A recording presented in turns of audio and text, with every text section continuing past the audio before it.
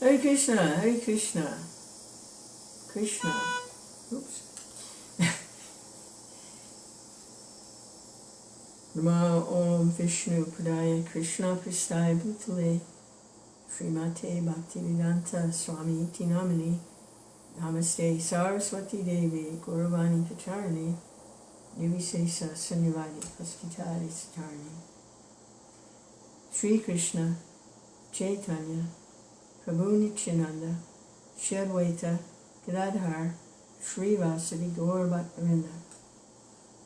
Hare Krishna, Krishna Krishna, Hare Hare, Hare Rama, Rama Rama, Hare Hare. Krishna.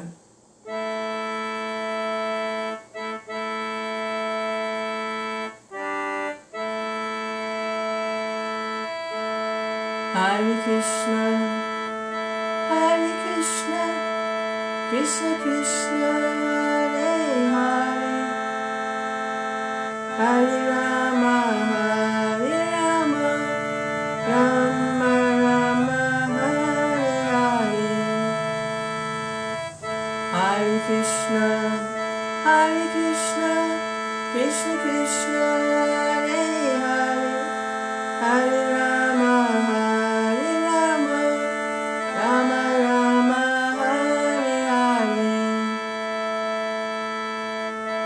Hare Krishna, Krishna Krishna, Hare Hare, Hare Rama, Rama Rama, Hare Hare. Hare Krishna, Krishna Krishna, Hare Hare, Hare Rama, Rama Rama, Hare Hare.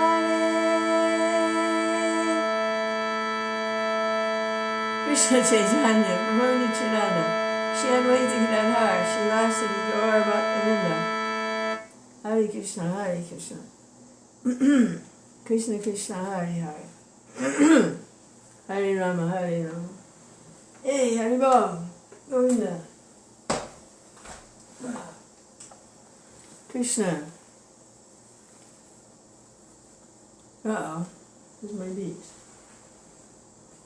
Oh no. I can never keep everything all together. Hey, Hare Krishna. From the land of the coconuts. Jocelyn, Hare Krishna.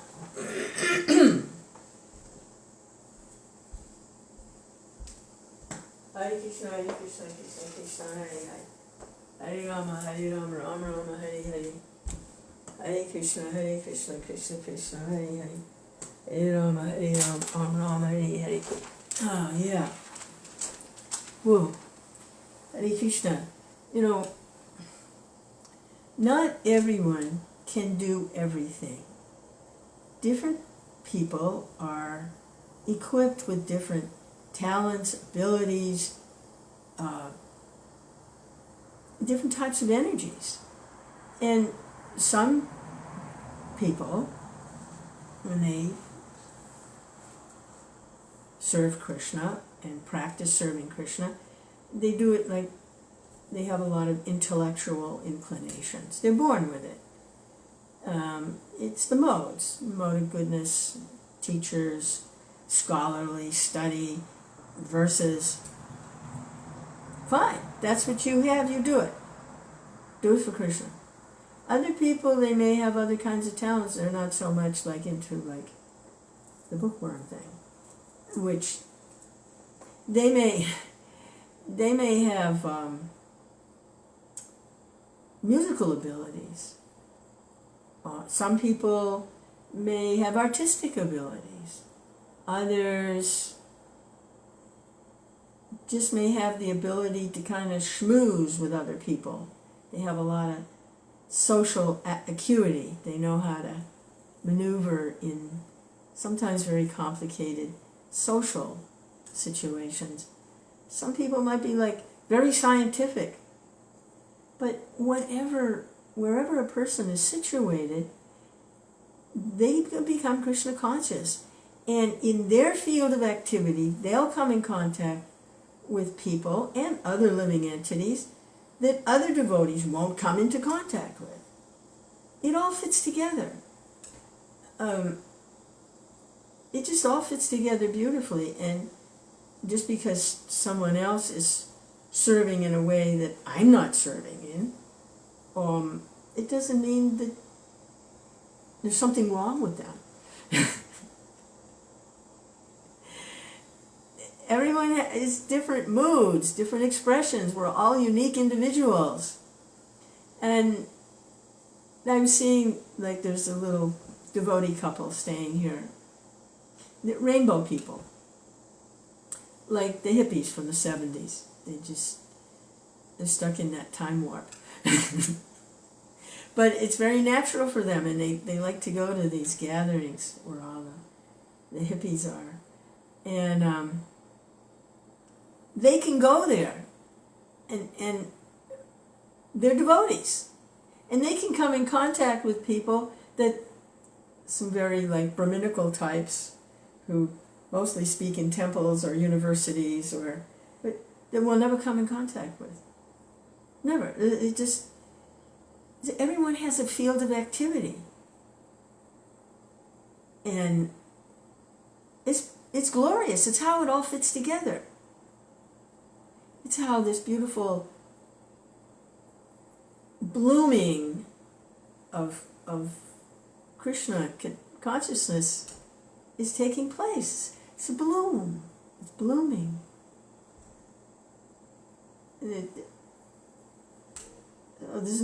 Anyone can take part. Anyone. I know some devotees who've been in prison for different reasons. Drugs or tax evasion or whatever. They made some bad choices. And they had a preaching field in prison. I know one devotee took an extra helping of peanut butter on Gaur Purnima. That was his feast in prison. But he had the books, and he was coming into contact with people. He was released. He just made some bad choices. Tax evasion. I'm sure it was for Kṛṣṇa. He wanted to give the money to Kṛṣṇa. So anyway, Hare Kṛṣṇa, Hare Kṛṣṇa, Kṛṣṇa Kṛṣṇa, Hare Hare, Hare Rama, Hare Rama, Rama Rama, Hare Hare. Wherever you go, you really look at it, that's like the meaning of the Yari Deki Tahi Koho Kṛṣṇa Upadesh. Wherever the Lord Chaitanya's instruction. That's how everyone becomes a spiritual master. That's what they want. They want everyone to, wherever you go, whoever you meet, tell them about Kṛṣṇa, Kṛṣṇa's instructions. Do what you can to share the message of Godhead with whoever it is. The person behind the cash register in the supermarket. Whoever it is you run into contact with. In your classroom, your teacher, your fellow students, or a rainbow gathering. People letting it all hang out. So, you can share, wherever you go, whoever you meet. Yari Deki Tai Koho Kṛṣṇa Upadesh. But, in order to do that, in order for me to do that, I have to be in Kṛṣṇa consciousness, so that wherever I go, whoever I meet, there's an opening there. Because I'm not in Kṛṣṇa consciousness, how am I going to transmit it? So that's our main duty, our main instruction. Whoever we are, wherever we are in life, whatever condition we're in, a couple of years ago, Gaur Haridas and Janaki were visiting. They stayed here. They had their mobile homes in the backyard. It was a lot of fun. For a couple of months, actually, until it got too hot. And we did a day trip to St. Augustine, and we went through St. Augustine on Harinam. the three of us. And then there was a little pavilion. It's the same route the Rath Yatra takes when they do the Rath Yatra there from the temple. We did that same route through all the little stores and cafes and things. And it was wonderful. And then there's a little pavilion where the performances take place in the Rath Yatra festivals. And we sat in the little pavilion and we chanted Hare Kṛṣṇa. And thank you, Hare Kṛṣṇa. And a street person was following us. Lives on the street. It's obvious when somebody lives on the street. It's a street person. And there's a big community of street people. It's warm in St. Augustine. And so it's a little easier weather-wise at least. And there's a lot of tourists there, so you can panhandle. And the beach, you can sleep on the beach if you have to. So it's like street person's paradise down there. And he sat with us and he chanted. And he wasn't a stranger to Krishna consciousness, but he actually took part in the kirtan, sat there and chanted with us. And he's going to bring that back to his street community. He's going to bring something back to those street people. Just because he's taking advantage of devotee association and he's doing some chanting. A little goes a long way in a dark place. We all have our field of activity. We're all valuable to Krishna because we're part of Krishna. So the Brahmins, the Brahminical, they're like the head. But if you just have a head and you don't have arms and legs and feet and a stomach and a heart and all those things, and you just have a head, it's kind of awful, A head, no body. I mean, come on. So that's like the Brahminical, or their head, they're the head. Okay, fine, you're the head. But where's the rest of it? Where's the arms and the hands and the stomach, and where are the feet and the legs? I mean, it's all part of it. If a body doesn't have all its parts, it's handicapped. Doesn't work right. It's, you do the best you can with it, but it's not fully functional. I had a friend who was born without legs, and I actually, I went through some 12-step programs. Not that I had addictions, but my psychology, they said I fit in really well with people who have addictions, so they accepted me as an addict, but I wasn't. But I had these addictive psychological patterns. Hare Krishna. So I fit in really well, but I wasn't having substance abuse. For me, it was a mental thing. And so in those programs, you accept a mentor, a sponsor, someone who's been in the program a while, who kind of knows the ropes, and kind of takes you under their wing, and they become like your big sister or your big brother or something like that. So my sponsor was born without legs. And she was really far out, So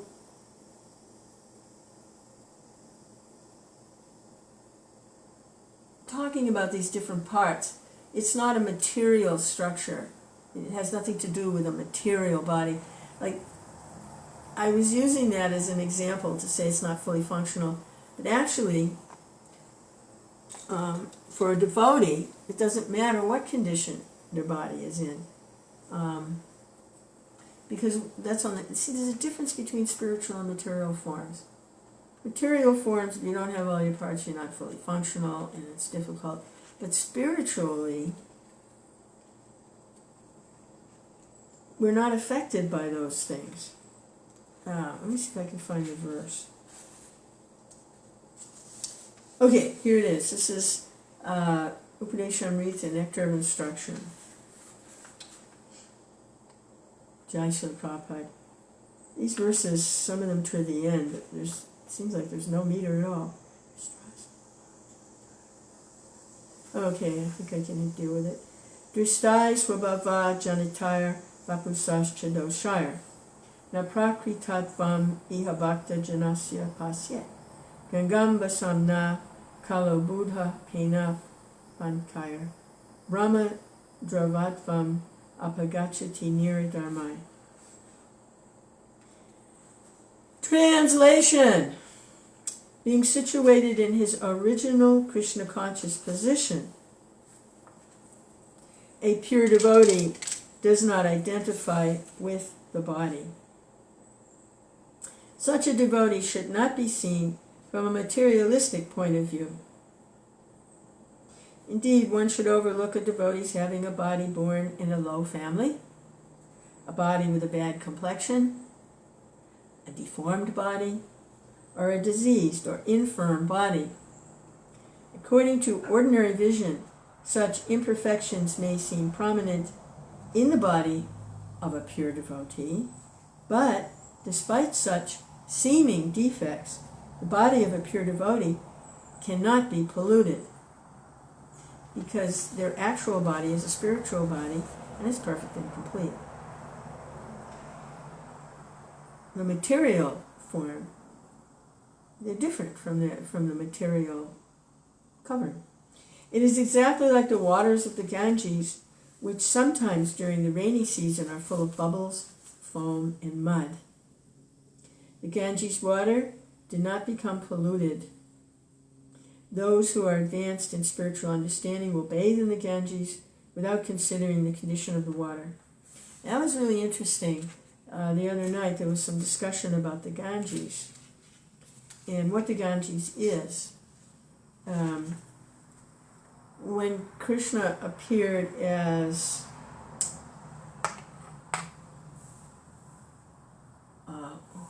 who's the Upendra? Who was the Brahmin, the dwarf Brahmin? Upendra is the name for the incarnation of the dwarf Brahmin. To favor his devotee Bali Maharaj. He appeared before Bali Maharaj as a dwarf Brahmin, and he asked for 3 steps of land. And Bali Maharaj, his spiritual master, said, "Oh, don't give it to him. He's actually Vishnu. He's an incarnation of Vishnu. He's going to take everything away from you. He says 3 steps, but he's going to take everything." And Bali Maharaj says, "What kind of spiritual master are you? He's an incarnation of Vishnu, and he's asking me for 3 steps of land, and you say don't give it to him because he's an incarnation of Vishnu. What kind of spiritual master are you?" And that was because Shukracharya was the spiritual master, and he was performing ritualistic ceremonies and things like that, that kind of spiritual master. And if Bali Maharaj actually surrendered to Lord Vishnu, then how would Shukracharya make a living? How would he get his stipends, his remunerations? Because, so it was, oh no, I'm gonna lose my source of income. You give everything to Vishnu, I won't have anything. No, don't do it. So, of course, Bali Maharaj, being a devotee of the Lord, and desiring to surrender, he surrendered. He says, yes, 3 steps of land, no problem. So, Upendra, first step of land, reached his foot, his leg, to extend to the coverings of the universe, beyond the heavenly planets, and his toe poked a hole in the covering, and the causal ocean began to flow through. And that's the Ganges. That's the Ganges. And her path is described. She goes through this planet, she's on Lord Shiva's head, she has a path that she takes before she gets here to Earth. So that's, the Ganges is actually a trickling in of the causal ocean that Lord Vishnu is lying in his yoga nidra trance. and the universes are all emanating from him. So this poked a hole through this little universe. It's one of the smaller ones, and some of the water of the causal ocean is here. So that's why when they say it's never contaminated, even if it looks like there's mud and foam and all kinds of stuff in there, it's not contaminated. It's actually the causal ocean. Hare Kṛṣṇa, Hare Kṛṣṇa, Krishna Krishna, Hare Hare. There's things about this planet people just don't realize. Hare Kṛṣṇa, Hare Kṛṣṇa, Krishna Krishna, Hare Hare. I took a dip in the Ganges when I was in Mayapur. Yay, good for me. Hare Krishna.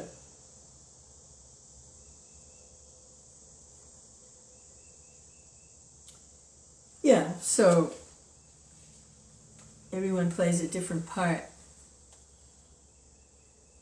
And when it's all connected to Krishna, then it's everything is spiritualized. And every part is important. Every part is significant. I know Prabhupada one time, he says like a gingerbread cookie. You know, sometimes they make them in the shape of a gingerbread man. You know, a little gingerbread man, gingerbread cookie. He says, wherever you take a bite, it's gingerbread. You see, Krishna's like that. Wherever you connect with Krishna, his foot, his knee, his head, his hands, it's all Krishna.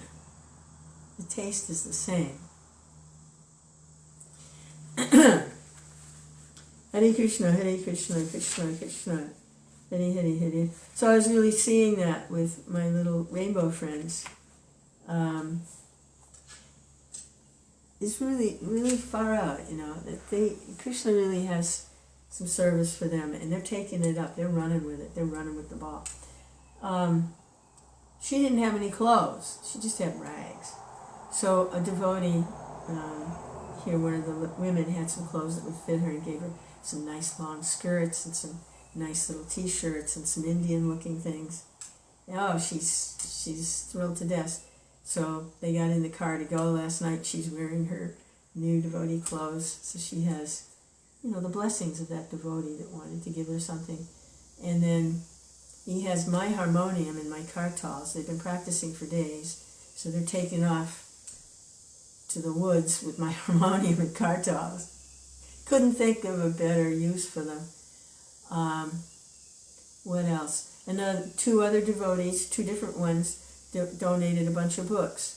So they have like probably about a case of books and pamphlets. And for the rainbow crowd, the pictures are going to be important because they're not so much into like the reading, but the pictures are so captivating. So thankfully, all these books have some nice pictures. So we took off with that, and then I gave them some bags of snacks, some little veggie chips, some plump figs. If you soak figs in water, figs and almonds in water, they get plump and juicy. So I soaked a bunch of them, and so they took, you know, that prasadam. And what else? So they're loaded, boy. They're ready to go. They're off and running, and they're probably going to come back with some stories because he likes to talk anyway. He's making notes of everything, and it's just going to come pouring out. Everything he does, he has to tell you. He's like a kid. He's not a kid, but he's like a child like that. He's got to tell you everything. If he stops talking, I'm going to worry. That means he did something he doesn't want to say. So, that's kind of fun. Yeah, a lot going on here. Krishna Chaitanya. As they drove off last night, he called back and said, Hare Krishna, hold down the fort. And off they went. It's like a fort here. It's got this big high security wooden fence. Looks like a stockade. Looks like a fort. So he's laughing about that. Krishna Chaitanya. So how about, let's hear about Krishna. some of Krishna's, what he displayed of his personality when he was here 5,000 years ago. And Srila Prabhupada so kindly has translated Srimad Bhagavatam, and now also the 10th canto. He didn't know if he would get to the 10th canto because he was quite old. And he wanted to make sure we had because the rest of the Bhagavatam, it describes a lot of things. How the universe is created, the different journeys and the different obstacles of different devotees and how they overcome them, and the demigods and time and the atom. And I mean, it describes a lot of things, the Bhagavatam. It's very, very in-depth. And then finally, after hearing all of these miraculous things in Krishna consciousness, then you actually get to meet the person behind it all, the personalities behind it all. Radha and Krishna, Rukmini and Dwarkadish. You get to meet the personalities on the spiritual planets. So you didn't know that's the 10th canto. You have to go through 9 cantos before you get to he didn't know if he was going to get to the 10th canto. So one of the first things he did was he made kind of like a big long purport. It's not verses with word-for-word translations and all of that. It's like a big long purport. It reads like a story of the 10th canto, just to make sure that we got that. He did that late at night when everyone was sleeping and it was nice and quiet, and there were nobody banging on his door, and no plane rides to take, and no devotees coming with problems because they can't get along with each other, and none of that. It was quiet. Everyone was asleep. He didn't use the phone. He wrote letters. He didn't use the phone. Krishna. So this is chapter 62. Lord Krishna fights with Bāṇāsura. So up to this point,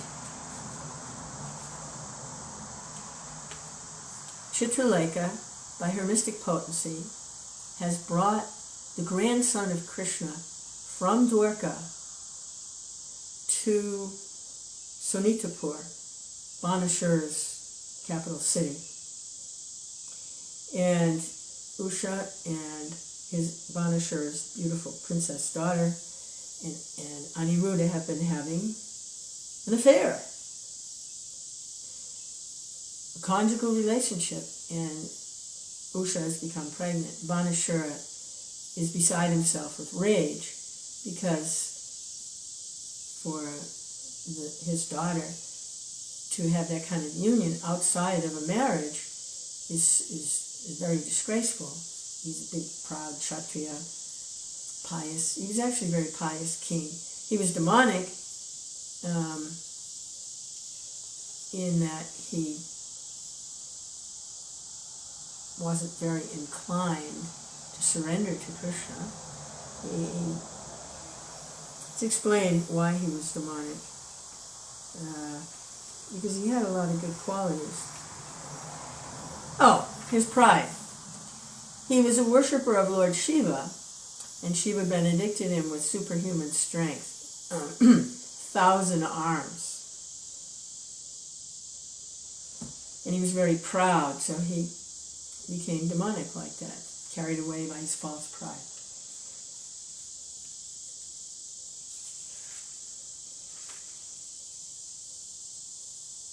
So he was happy to see Aniruddha. He thought Aniruddha was beautiful and actually a suitable match for his daughter. Aniruddha is grandson of Krishna. He had beautiful bodily features. But because of his pride and his prestige, he tried to capture Aniruddha, sent all his soldiers. Aniruddha smashed them all single-handedly. And he wasn't trying to kill Aniruddha, he was trying to capture him. And he couldn't do it that way. So he used another device that he had been given by Lord Shiva called a snake noose, whatever that is. You can kind of get an idea of what it might be. It's probably invoked with mantra, guessing at that, but it's probably, that's how they did a lot of weapons with mantra. And now they've captured him. Well, the Yadus aren't too happy about that, so now they've come to Sanitapur, and, well, not yet, we're going to find out. Okay. And Usha is beside herself. She's totally confused and in grief. Her lover and the father of her child is now arrested by her father. Her father's angry. So Usha, tears began to glide down her eyes. Being unable to check herself, she was crying very loudly. Okay, that's where the last chapter ended. Now 62. Lord Kṛṣṇa fights with Bāṇāsura. When the 4 months of the rainy season passed, and still Aniruddha had not returned home, all the members of the Yadu family became very much perturbed. They could not understand how the boy was missing. Fortunately, one day, the great sage Narada came, Narada Muni, and informed the family about Aniruddha's disappearance from the palace. He explained how Aniruddha had been carried to the city of Sanitapur, the capital of Bāṇāsura's empire, and how Bāṇāsura had arrested him with the Nagapasa, even though Aniruddha had defeated his soldiers. This news was given in detail, and the whole story was disclosed. Then the members of the Yadu dynasty, all of whom had great affection for Kṛṣṇa, prepared to attack the city of Sanitapur. Practically all the leaders of the family, including Pradumna, Satyaki, Gada, Samba, Sarana, Nanda, Upananda, and Bhadra, combined together and carried 18 Akshayini military divisions into phalanxes. Then they went to Sanitapur and surrounded it with soldiers, elephants, horses, and chariots.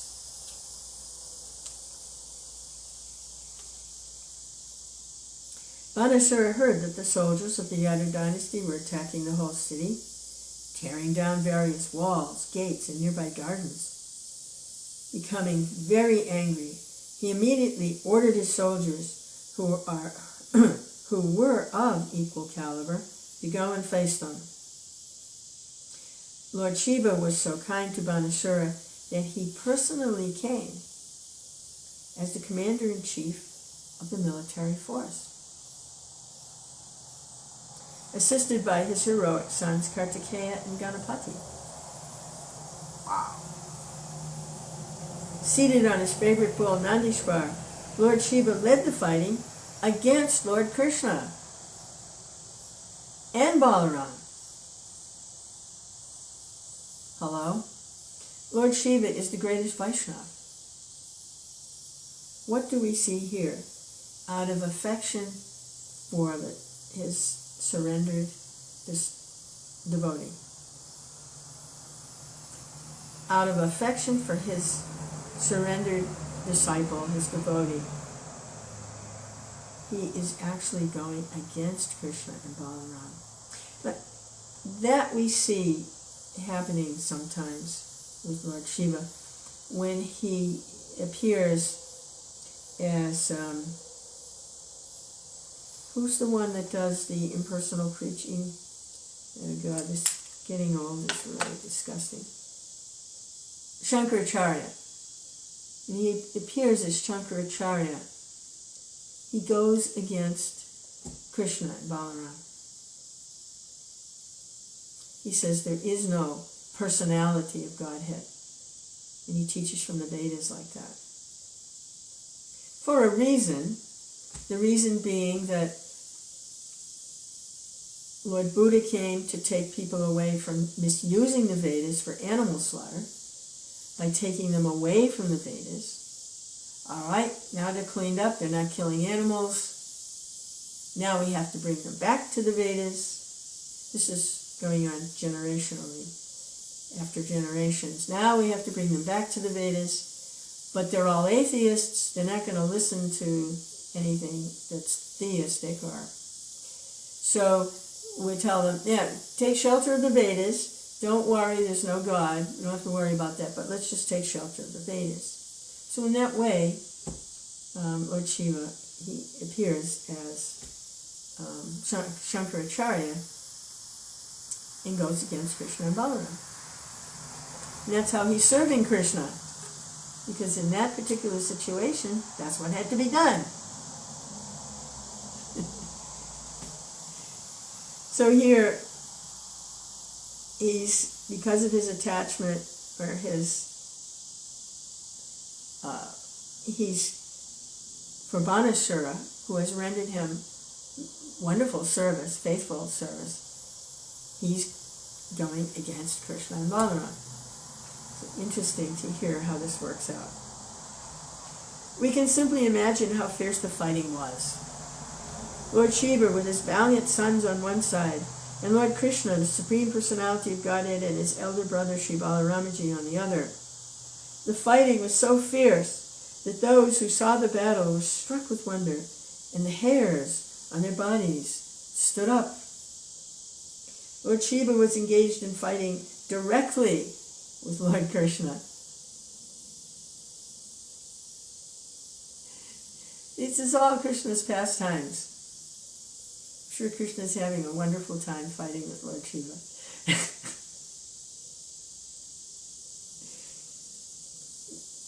He fought with Jambavan also. Jambavan's a great devotee of the Lord. Sometimes Krishna likes to fight. Pradumna, Krishna's son, was engaged with Kartikeya, Lord Shiva's son. And Lord Balaram was engaged with Bāṇāsura's commander-in-chief, Kumbhanda, who was assisted by Kupakarna. Samba, the son of Kṛṣṇa and Jambavati, was engaged in fighting with the son of Bāṇāsura. And Bāṇāsura was engaged in fighting with Satyaki, the commander-in-chief of the Yadu dynasty. In this way, the fighting was waged. News of the fighting spread all over the universe. Demigods such as Lord Brahma from higher planetary systems, along with great sages and saintly persons, Siddhas, Charanas, and Gandharvas, all being very curious to see the fight between Lord Shiva, Lord Kṛṣṇa, and their assistants, were hovering over the battlefield in their airplanes. They all like to see the rasa dance too, hovering over the rasa dance in their airplane.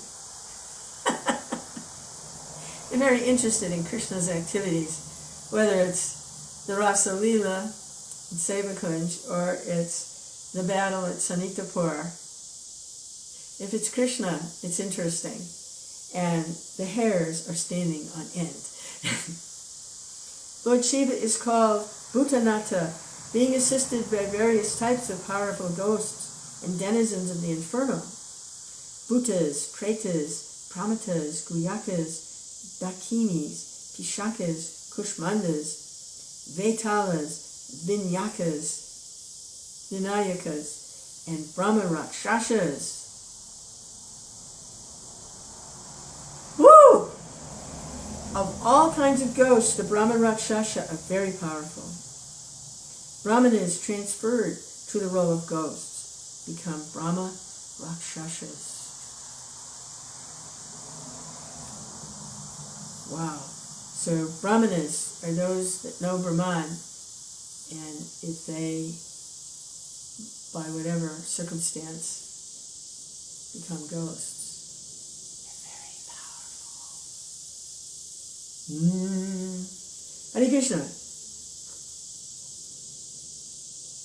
The Supreme Personality of Godhead, Sri Kṛṣṇa, simply drove all these ghosts away from the battlefield, beating them with his celebrated bow. Sarn Gadanu.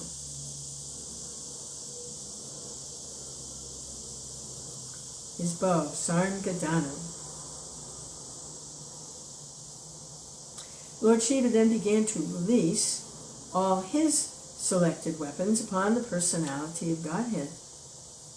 Lord Kṛṣṇa, without any difficulty, counteracted all these weapons with counter-weapons. So he drove the ghosts away by beating them with his bow, Sarngadanu, and now Lord Shiva began to release all his weapons on Kṛṣṇa. Lord Sri Kṛṣṇa, without any difficulty, counteracted all these weapons with counter-weapons. He counteracted the Bāṇāsura, similar to the atomic bomb, by another Bāṇāsura, and an air weapon by a mountain weapon.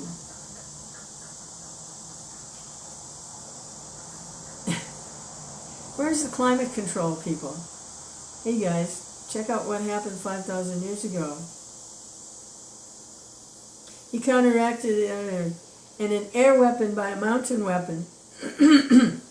When Lord Shiva released a particular weapon bringing about a violent hurricane on the battlefield, Lord Kṛṣṇa presented just the opposing element, a mountain weapon which checked the hurricane on the spot. When Lord Shiva released his weapon of fire, devastating fire, Kṛṣṇa counteracted it with torrents of rain. Climate change. At last, when Lord Shiva released his personal weapon called the Pashupata Shastra, Kṛṣṇa immediately counteracted it by the Narayana Shastra. Lord Shiva then became exasperated in fighting with Lord Kṛṣṇa. Then Kṛṣṇa then took the opportunity to release his yawning weapon. His yawning weapon.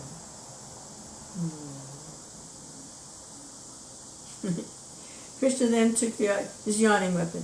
When this weapon is released, the opposing party becomes tired, stops fighting, and begins to yawn.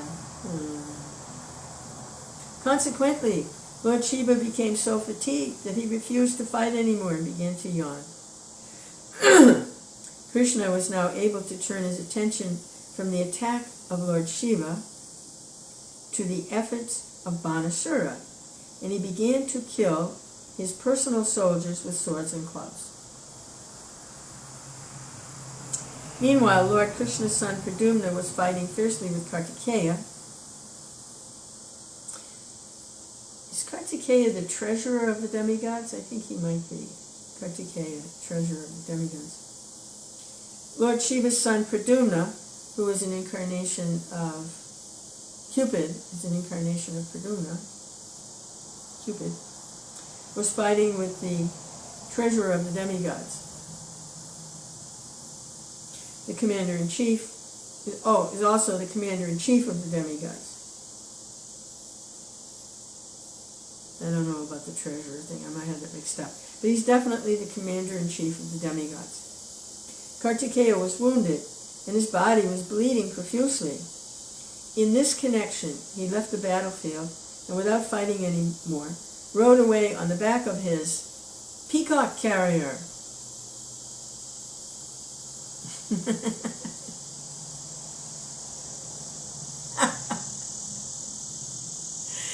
I can't even imagine what it would be like to ride on a peacock. Have you ever seen how they walk?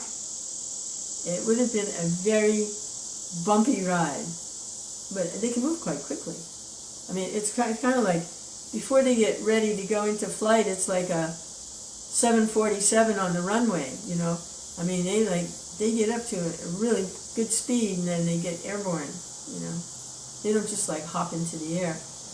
They have to do like a runway thing, because they got a big body, you know. He rode away on the back of his peacock carrier, like a 747, you know.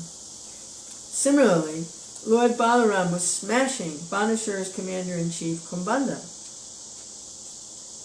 He was smashing him with the strokes of his club. Kṛṣṇa was also wounded in this way, and both he and Kṛṣṇa fell on the battlefield. The commander-in-chief being fatally wounded. Without guidance, all of Bāṇāsura's soldiers scattered here and there. Kṛṣṇa. Kṛṣṇa fell on the battlefield. So how many commanders-in-chief were there?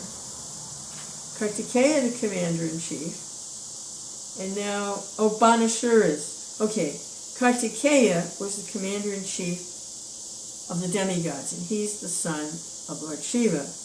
Kṛṣṇa is the commander-in-chief of Bāṇāsura's army. Okay, so they were both commanded, but just different armies. Kṛṣṇa, Bāṇāsura's commander-in-chief, was fatally wounded. And without the guidance of their commander-in-chief, all of Bāṇāsura's soldiers scattered here and there. When Bāṇāsura saw that his soldiers and commanders had been defeated, his anger only increased.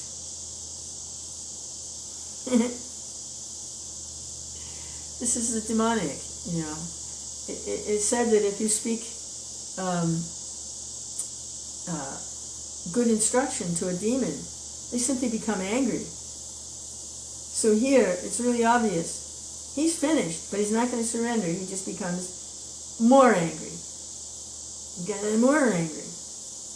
He thought it wise to stop fighting with Satyaki, Kṛṣṇa's commander-in-chief, and instead directly attack Lord Kṛṣṇa. Now, having the opportunity to use his 1,000 hands, he wanted to be able to fight with someone and use all of his strength. Now, with his 1,000 hands, he rushed toward Kṛṣṇa, simultaneously working 500 bows and 2,000 arrows. So there must have been 4 arrows in each bow. Such a foolish person could never measure Kṛṣṇa's strength. Immediately, without any difficulty, Kṛṣṇa cut each of Bāṇāsura's bows into 2 pieces, and to check him from going further, made his chariot horses lay down on the ground. The chariot then broke to pieces. After doing this, Kṛṣṇa blew his conch shell, Panchajanya. Well, Bāṇāsura had a lot of stuff up his sleeve, and he'd been worshipping lots of demigods and goddesses.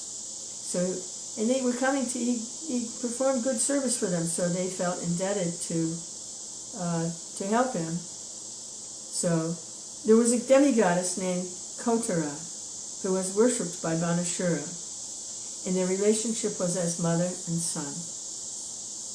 Mother Kṛṣṇa was upset that Bāṇāsura's life was in danger, so she appeared on the scene with naked body and scattered hair. She stood before Lord Kṛṣṇa. Kṛṣṇa did not like the sight of this naked woman, and to avoid seeing her, he turned his face. Bāṇāsura, getting this chance to escape Kṛṣṇa's attack, left the battlefield. All the strings of his bows were broken, and there was no chariot or driver, so he had no alternative other than to return to his city. He lost everything in the battle.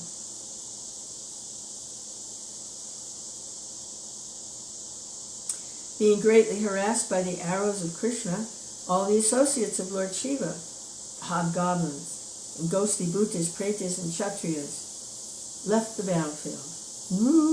They're all gone. Lord Shiva then took to his last resort. He released his greatest death weapon, known as Shivajwara, which destroys by excessive temperatures. It is said that at the end of this creation, the sun becomes 12 times more scorching than usual. This 12 times hotter temperature is called Shivajwara. When the Shivajwara personified was released, he had 3 heads, 3 legs, and as he came toward Kṛṣṇa, it appeared that he was burning everything into ashes. He was so powerful that he made blazing a fire appear in all directions, and Kṛṣṇa observed that he was specifically coming toward him.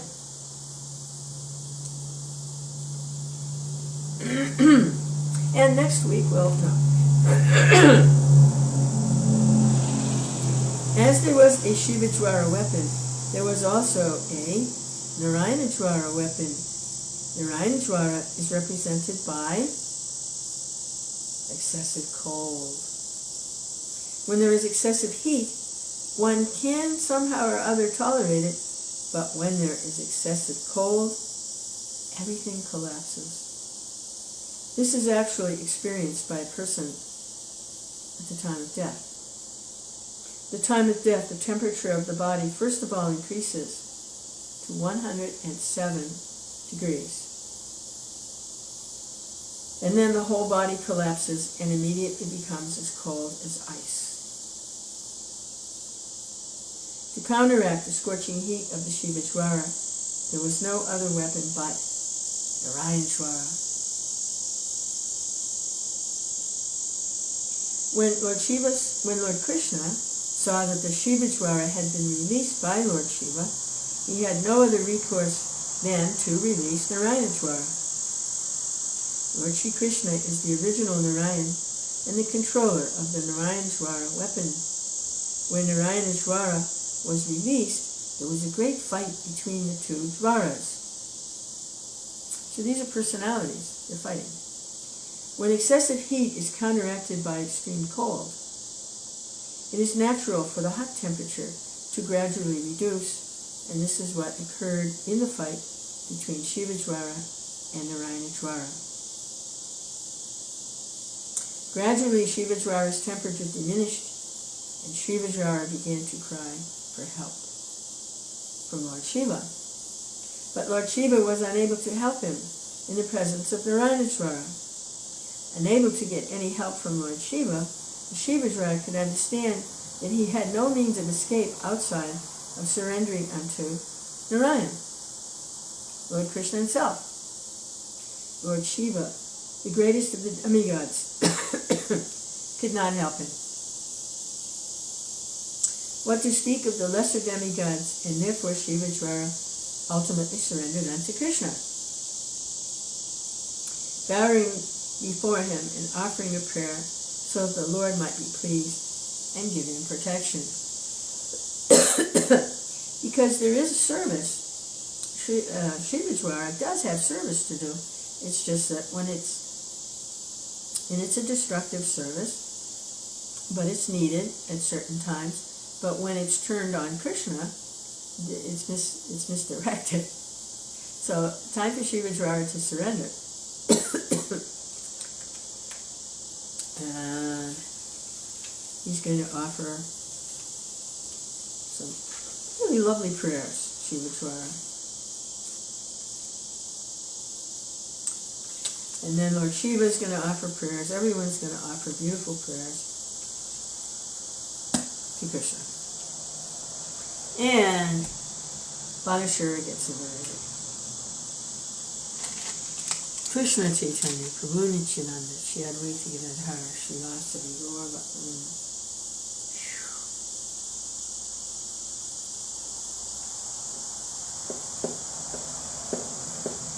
Krishna Chaitanya, Prabhu Nityananda, Shri Advaita Gadadhara, Srivasadi Gaur Bhaktivinoda.